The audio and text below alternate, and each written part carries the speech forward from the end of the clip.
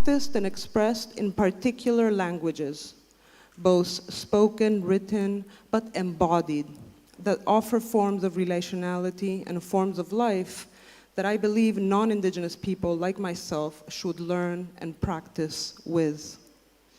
Because languages design worlds. Spoken, sung, and embodied languages make world. And as the Zapatistas have insisted on, since they interrupted into the global scene in 1994, we need a world where many worlds fit. Un mundo donde quepan muchos mundos, as they say. What are the languages that design a world where many worlds fit? How do they do it? And how can we make things like publishing and education, intellectual exchanges happen in languages that are not exclusively the 6 vernacular imperial languages: English, Spanish, Portuguese, French, Italian, German. Of course, and I know I'm saying this here where most of the population in Africa speaks a number of these vernacular imperial languages, yet education in most parts of the world happens in those languages. So we design the world according to those languages, right? Those languages violently designed the idea of a single world system, and that has brought the planet to the ecological, political, social crisis that surrounds us. Sumak kausai, the right time, right, is practiced through a right time for good living. So imagine if instead of being organized by constant planning, being reminded through an always expanding number of technologies and apps, that what has not yet happened is completely planned out, even though it never quite arrives, where lives are always perpetually late and in debt. Life on this planet were organized by forms of being fully present at every moment, in a present populated by the past, and by tranquility with the uncertainty of what will happen later in that which many of us have come to call the future. Let's imagine that being fully present were the result of being tuned in to the many voices of everything that speaks, human, non-human, visible and invisible, through both spoken and other forms of expression. Imagine if being fully present were therefore the practice of listening, of dreaming, of singing, and dances, because through those practices, time and space are kept in equilibrium. And what if there was a plurality of ways of being fully present and of having what has already happened be fully present in the present? What if the present and the past in the present were experienced and lived collectively, never individually? And what if time was not an abstraction, but instead of form that was always full, alive, concrete, and relational? What if time were the praxis of being present at all given moments, present through the amount of energy needed to keep material connections in balance, in equilibrium?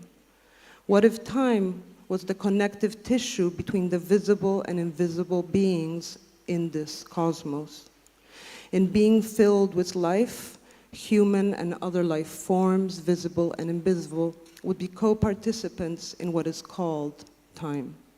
Time would not be external to bodies, but the expression of relationality. There are no lexical equivalents for the word time in indigenous languages of the Americas, or as many indigenous people call the Americas, Abiyayala. There are, of course, numerous lexical expressions that refer to event-based time intervals, right? Seasonal cycles, temporal landmarks, a day, for example. There are terms for dry and rainy season. There are expressions for the position of the sun and the moon, the amount and type of light or darkness, and the appearance of stars and constellation, all of which indicate or mark that it's time for a certain activity. The appearance and disappearance of stars and constellation is perceived as marking the interval for people and events and the natural cycles they're linked to. Even though seasonal and stellar reference in effect mark something, like a year, a month, or a day, there's no trace of metric-based time in indigenous languages of Abya Yala. There's no computation, calculation, enumeration, or quantification of temporal reference and marks beyond an imprecise use of numbers. 3 moons in Quechua might mean more or less 3 moons, not exactly, and maybe not even 3 moons. There's no superior term that abstracts the events and activities, and that through such an abstraction makes of time something external and separate from the matter of the land, the cosmos, and the entities that share the visible and invisible space. The Yanomami people speak of time of fat monkeys, which is equivalent to the rainy season in July or August. The arrival of the time of fat monkeys is announced by the morning song of the Amazonian, of a specific Amazonian bird. There's no timeline, and therefore no notion of progression. There's no uniform law that sets the sequence through which numbers or series are continuous, connected, or related. There's no external temporal order, no concept of progress nor regress. There's no advancement, headway, rise, improvement, development, or any of the terms that Western modernity and colonialism has created to externalize and abstract the experience of living and of being alive. Past and future exist as experiential concepts, as parts of embodied and entangled perception, but there are no easy equivalents for them in most Amerindian languages. For the Kamayawara speakers, the past, they say, is in their eyes. The past is in their eyes. The past is composed of memories of what took place, and those memories can be seen with the mind's eyes. Seeing the past is a mental process, but the future is in the front of the speaker's eyes, not in their eyes, in the field of immediate vision.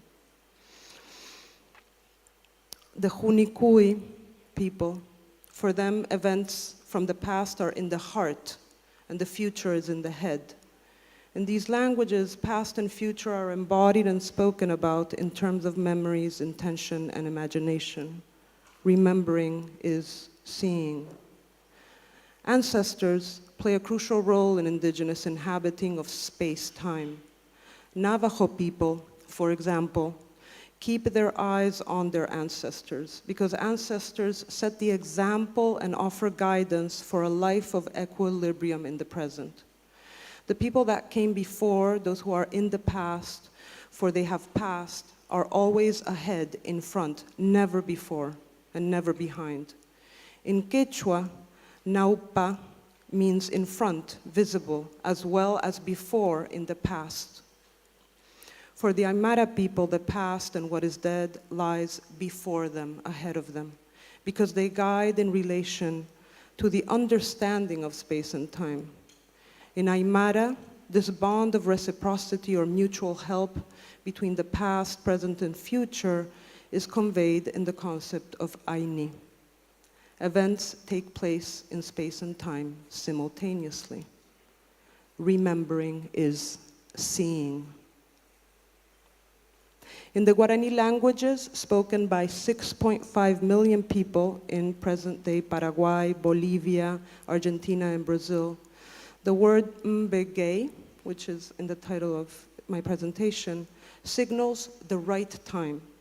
And that is a time that must be respected with patience, because it will arrive as long as there is a praxis of respect for it.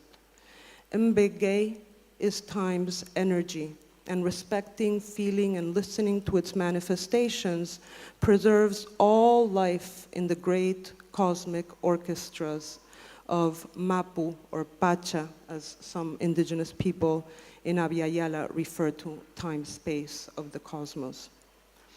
Perceiving Mbege when one wants to do something, be it speak, show, build, work, listening, is what keeps the equilibrium. This perception needs to be in constant dialogue with the material and immaterial things, to have the right measure, the right beat, to be in time, in Pacha and with Pacha. What I'm asking that we imagine, therefore, is a planet with no universal, mathematically founded abstraction that standardizes chronos, or time, but instead varied temporal formations with their own equilibriums that practice presence, the constant reactivation of the past, a non-possessive relationality as the way to cohabit the world with visible and invisible life, and an openness to the uncertainty of what is to come, an attentiveness to soundscapes of everything that speaks, plants, rocks, water, animals, people, spirits, ancestors, to the sonic vibration of life itself. These are the time spaces that constitute indigenous forms of life. These temporal landscapes offer a rich, complex, and varied form of being together with the vibrant matter of the world. Thank you.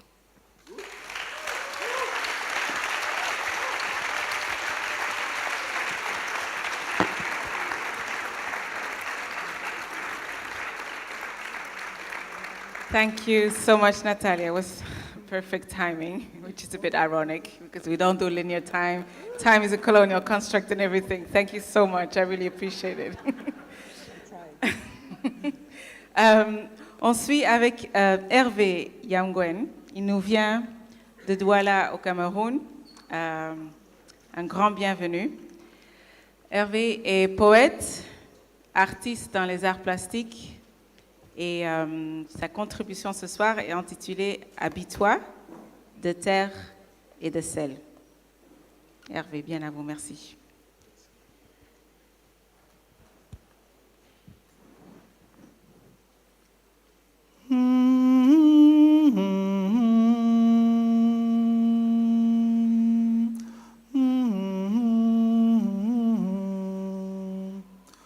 Oh, mais mon job quoi les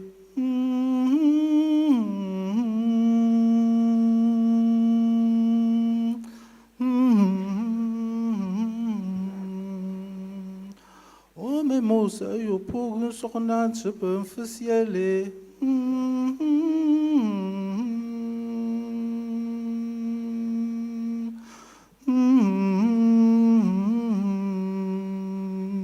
oh, me mos un touchiale.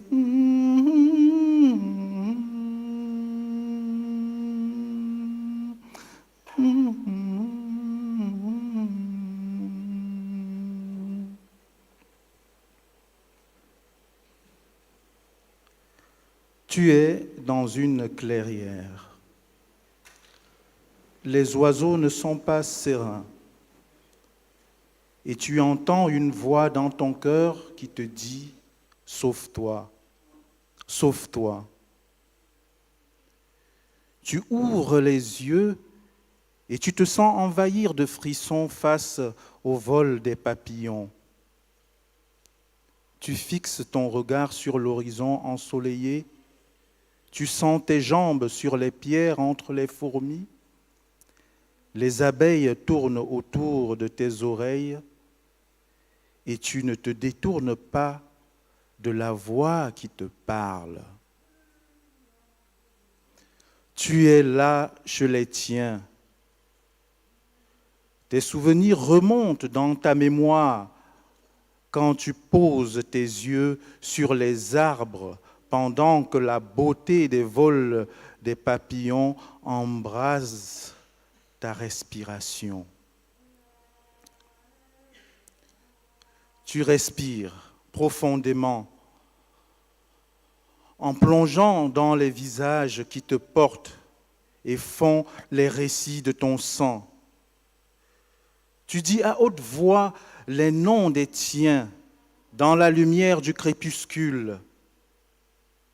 Tu te reconnais en disant les noms des tiens que tu appartiens à la lignée des panthères et des chimpanzés.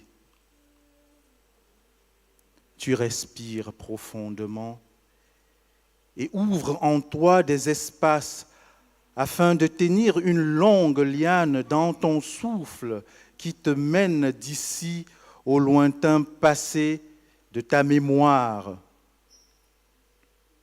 Tu cries devant une horloge en voyant le temps qu'il fait et tu te dilates dans le vent qui passe.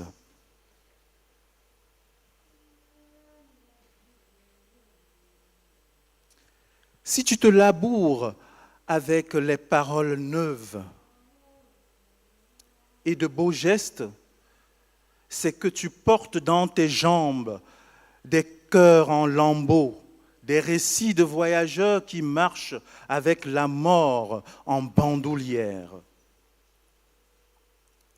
Pour ne pas plonger dans la noirceur, tu te laisses prendre par la voix qui te dit chaque fois « Sauve-toi, sauve-toi, sauve-toi !» Va au fond des récits de ton sang. Habille-toi de ta nudité, habille-toi de terre et de sel, habille-toi avec les lianes des noms que tu portes. Ta nudité n'est pas une solitude, elle est un étang. Tu t'y mires entre d'autres lueurs, elle t'amène à danser en faisant un cercle et esquisser des mouvements légers de signes. Des voix viennent se joindre à la tienne pour faire foule. Faire foule, faire foule, faire foule, ça sauve du désespoir quand dans les rues, la grogne est une ruée vers la folie. Tes jambes ne tremblent pas devant les chauves-souris, en te ressourçant au rythme des pas qui avancent vers des espaces ouverts à des vies pleines et belles. Tu écoutes sans te détourner de la voix qui te dit chaque fois « Sauve-toi, sauve-toi, sauve-toi !» Habille-toi de ta nudité, habille-toi de terre et de sel, couvre-toi de la brillance de ton étoile, laisse éclore en toi ta douce musique, celle qui te fait marcher vers ton incandescence. Oh, me mosa ncham khomale.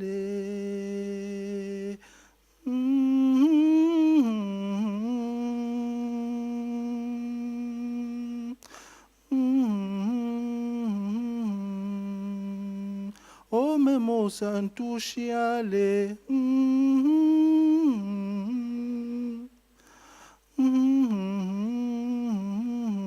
Oh, me mosa pour son ange peu ciel.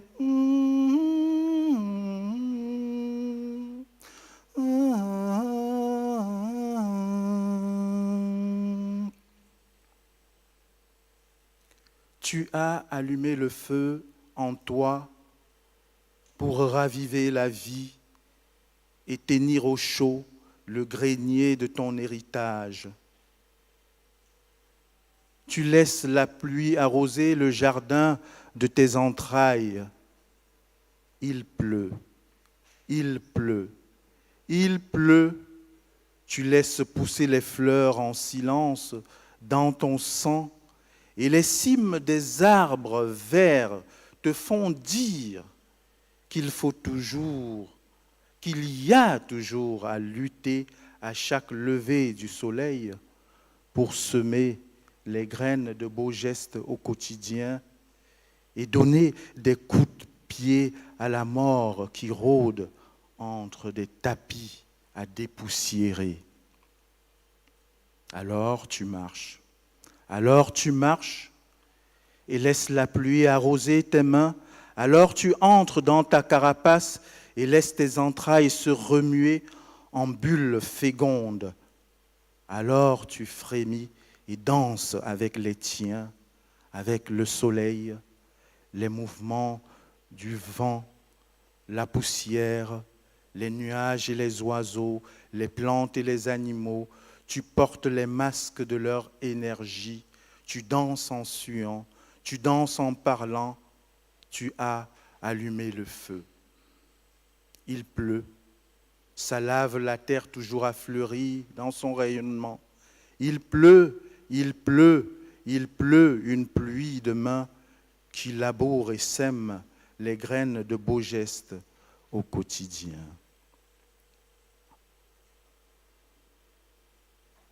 Oh, mimosa, nchomale.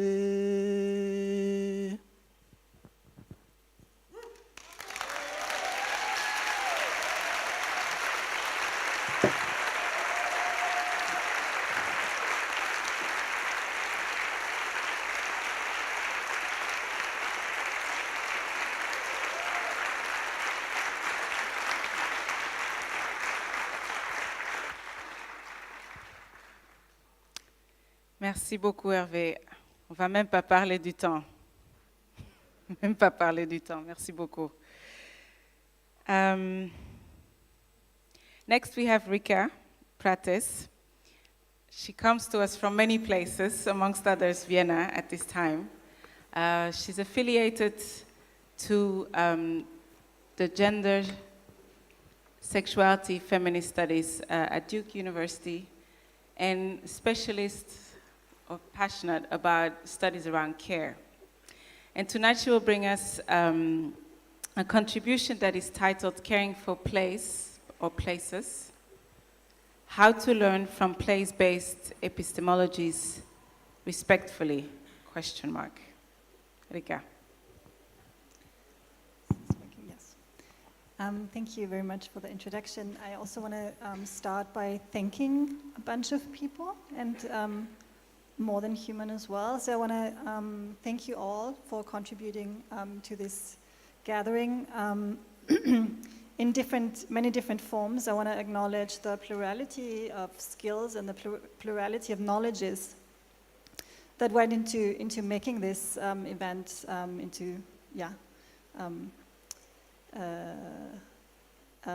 want to especially think about how knowledge was here shared not only through the presentation of papers, but also through the sharing of song, the sharing of art, the sharing of dance, and more.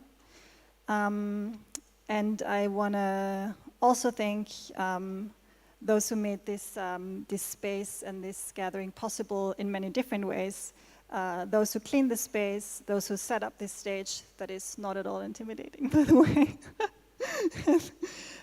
Those who prepare our food and serve our foods and drinks, the technicians, the translators, those who drove us during these days, the amazing organizational team, Benedicte, Elodie, and others, many more.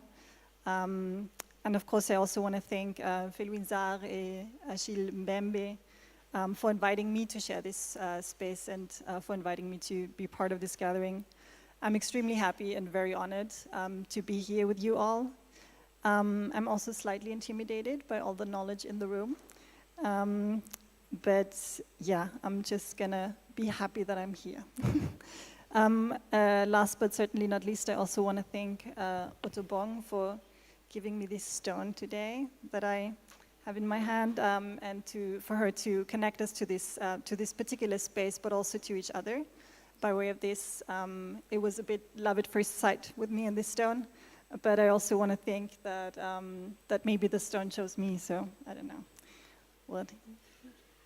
So, as Olivia said, my paper is going to be about place-based epistemologies and care. And so, I'm going to jump right in. In 2014, in a precursor to my current project, I worked on an empirical study that dealt with quote-unquote outsourcing of domestic cleaning from Viennese middle-class households to migrant women in the informal market. And my focus then was particularly set on the positions and practices of men in these households, which are rarely researched in the scholarship on the International Division of Reproductive Labor. And I argued then that leaving out the voices and the practices of men on work of care, however marginally involved some men might be, actually reinforces the dominant perception that domestic and care work is, quote unquote, women's work and not societally important labor. And so I found myself doing research with white, German-speaking, middle-class, cis, able-bodied, and well-educated men, so men who are privileged within the Austrian context that I was researching. And I investigated how they took care of their apartments, took care of their places, what they did and did not do, what they knew or did not know about the work of care. And I wasn't continued to be interested in embodiment and practices of care, especially as they relate to epistemology. So I'm asking, what do people learn from doing care work, and what content and which ways of knowing can one find around the work of care? And so coming back quickly to this project in 2014, and a conversation with Michael, who was one of the participants in this study in Vienna. And in this conversation, my focus on embodied practice as a locus of learning about care work was confronted head-on. So in his interview, Michael reported to me that he often said to his woman partner, sort of a standing joke between them, that, and I quote Michael, "Actually, I clean the whole of the flat because I pay for the domestic worker," end quote. And so for a second there, I was quite baffled by this conflation of doing the work of care and paying for care. Sort of in a way that it really negated sort of the existence of any potential value that could be learned from doing and performing care work. Paying for care work, or for cleaning in this case, for Michael had the same impact, epistemic or otherwise, as doing the cleaning. And so here the process, the practices lose all significance, except for leading to a goal, which is a clean and agreeable apartment, which is important to Michael and to the other men that I interviewed. And this goal-orientedness has no appreciation whatsoever for practice or for the path to leading to this goal. So I wanted to start with this small anecdote to think out loud in this paper about the possibility of taking care of a place, and however this place is defined now, in the absence of embodied practice, and whether this is possible, and I suggest that it is not. I want to talk about, in this paper, about two different interrelated aspects. The first, the importance of practices, and second, the importance of place for knowledge formation. And I want to think about being placed here, not only in the sense of positionality and social situatedness, as has been highlighted by feminist and social epistemologies over the past 4 decades, and which is obviously really important, but also of place as an active agent and knowing collaborator for human knowledge formation. As it is highlighted in many or most indigenous epistemologies, longer than 40 years, and so in the Australian Aboriginal context, people would say since time immemorial. Let me also state up front that the glimpses from this previous empirical study might look banal maybe, or mundane in contrast with the ways of knowing discussed later in my presentation, but I do want to make the case that it is these mundane everyday practices of care that are important, and that it is through them that worlds are made, and that it matters, to paraphrase Françoise Vergès, who cleans the world. So I hope that this is a helpful contribution to the ongoing challenges to the dominance of a particular Western epistemology that has been variously termed an epistemology of separation, epistemology of mastery, or epistemology of control, which is to say, I aim to emphasize other ways of knowing that exist, the many epistemologies that do recognize connection, relationality, and interdependence, as well as practice and place. And I hope to work against the violent core of the dominant Western/colonial tradition of knowledge production, which is always connected to a history of extraction and exhaustion. The dominant Western epistemology cannot easily grasp the kinds of knowledges and the ways of knowing to do with care that I'm interested in, and I see this dominant paradigm is both too narrow and simultaneously also too wide for my purposes. So with its tight focus on the cognitive, it is too narrow to hold knowledge around care, such as knowing how or experiential knowledge. And in my research, I'm interested in how emotions and affects, bodily sensations, and intuitions are pivotal in knowledge formation processes, or are, in fact, knowledge. Yet they are seen as jeopardizing rather than furthering optimal knowing within an epistemology of separation, which is underpinned by oppositional and hierarchical frameworks of knower versus known, rather than by relationality and cooperation in knowing. So, and second then, as I indicated, the dominant Western epistemology is also too wide, in that it is lacking an ethical dimension. So it is unbounded, we could say, or limitless in its endeavor to know everything and anything, and cannot adequately respond to boundaries of what can or should be known, and so be these limits ethical or metaphysical. And now in the second, how am I doing for time? Okay, yeah.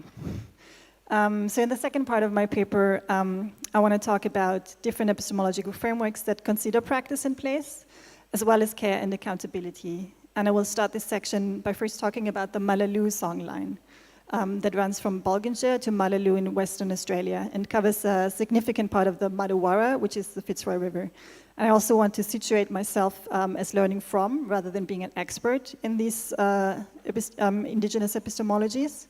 And if you're interested in learning more about the particular epistemologies that I refer to, I'm very happy to refer you to indigenous scholars and collectives that are experts on this. So songlines, as I understand it, are paths across land and sometimes the sky that mark the routes of ancestral creators of Aboriginal Australia. They are navigational routes, geographical, cultural, and spiritual, that trace places of significance.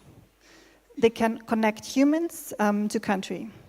Songlines are alive, and as Anne Paulina puts it, and I quote, "They're profound, they're still alive, because one of the things Indigenous people say is the land is alive, the rivers are alive, the country is alive, because it holds memory," end quote.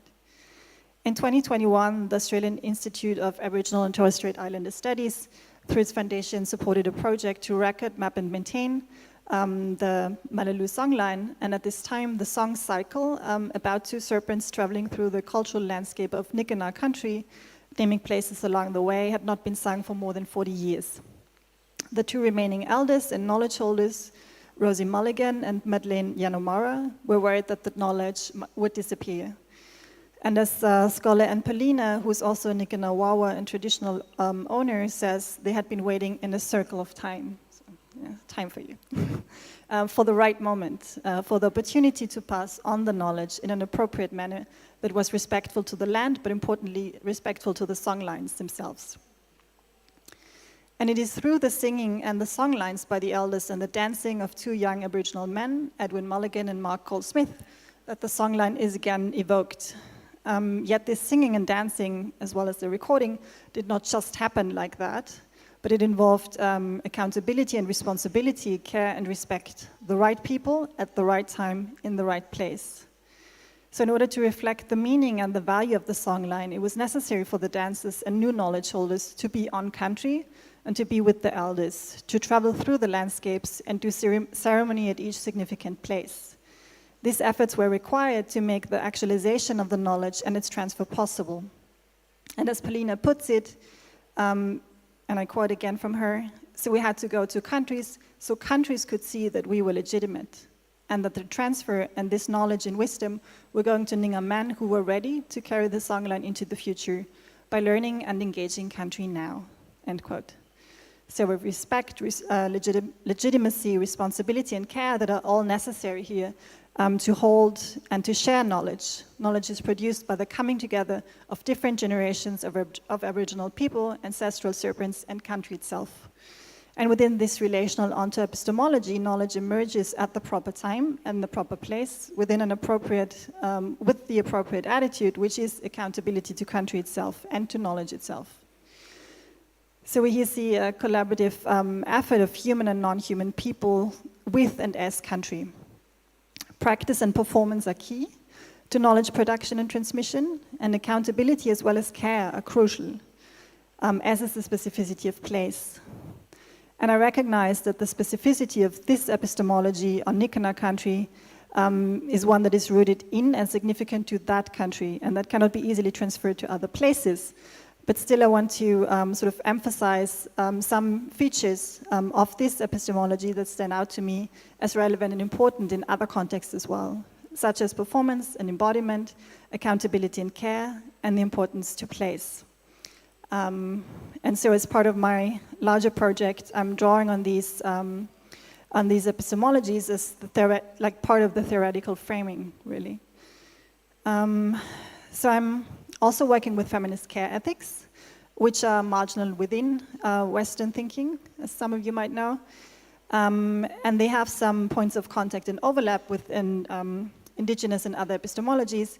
Yet I also want to underscore that they/we/most care ethicists who work in this space, even if marginalized, remain embedded within a Western paradigm, especially in terms to when it comes to the human-country split. And maybe as a little side note, the field of care ethics is also still very white, which is a fact that fortunately seems to be slowly changing. And I want to spotlight the work of Rinda Dalmia, Diva Woodley, Sarah Munawar, or Kathy Walker, who are doing really excellent work in this place. And so I return to the question of place. What unites different indigenous cultures and people, to paraphrase choreographer Gawa Kapi, is that despite the differences, they believe that they come from the land.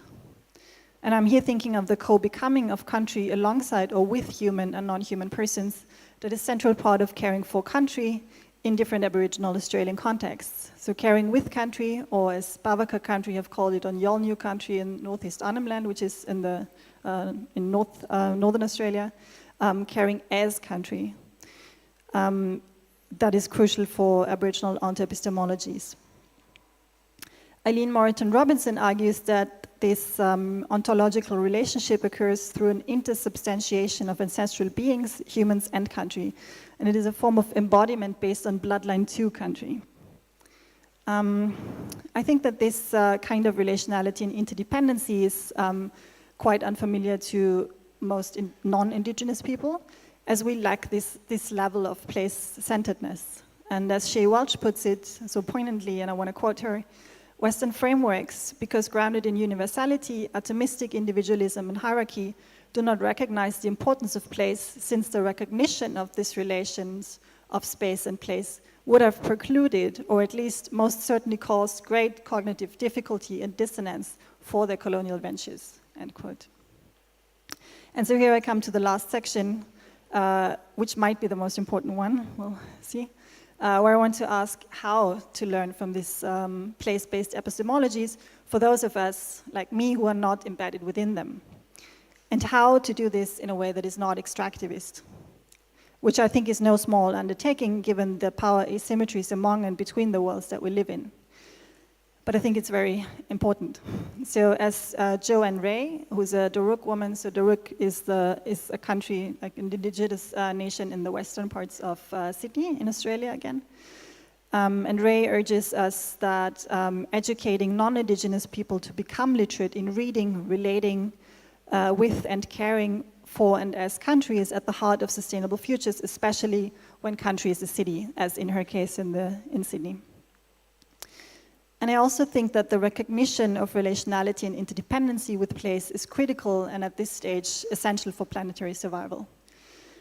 So Ray says, and I quote her, with a country-centric way of being, our ways of knowing are also going to be centered in Nura. So Nura is the Daruk word for country, and involve knowing through experiential, contextual learning for the pragmatic purpose of doing as caring. Such a praxis involves reciprocity with and as Nora. So it involves practice and it involves place. Ray emphasizes that in Daruk epistemology, the place of intuition in what she calls country literacy is a form of knowing that is deeply connected to place.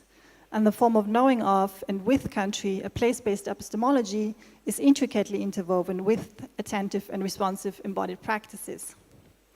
And so by way of concluding then, I want to pose the question, which is how to learn from epistemological frameworks, such as the one that I have hinted towards in this paper, in a way that is relationally humble and respectful, and that does not appropriate Indigenous epistemic wealth in an extractivist manner. That is, how can this learning take place in a way that diverts from, rather than is continuous with, coloniality? Thank you.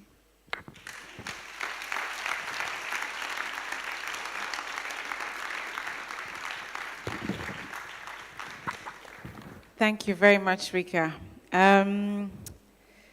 As the last speaker of this panel, on a Gaston Paul Effa,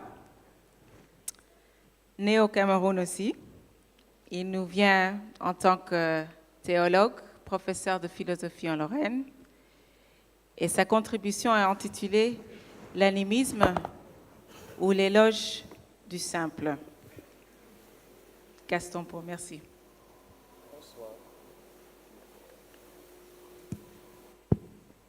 Bonsoir. Je remercie Féluine et Achille qui m'ont sorti de ma réserve et de mon recueillement naturel. Merci de m'avoir mis en mouvement. J'ai eu la chance de rencontrer une vieille dame dans la forêt camerounaise, forêt pygmée, qui m'a permis de cheminer pendant une dizaine d'années avec elle. Et c'est d'elle, c'est-à-dire depuis elle, que je vais m'entretenir avec vous. Je vais commencer par 2 ou 3 petits mots que j'ai pu retenir de cette aventure. Si ce que tu dis est plus important que le sujet, alors tais-toi.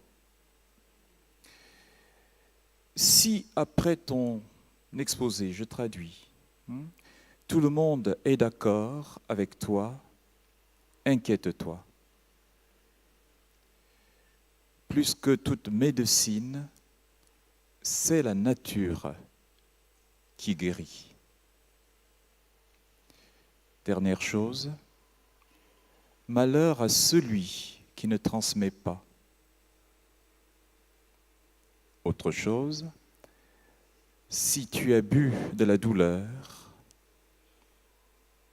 ne transmets pas la douleur. Nous sommes face à un monde, dit-on, agité. Il me semble qu'il l'a toujours été.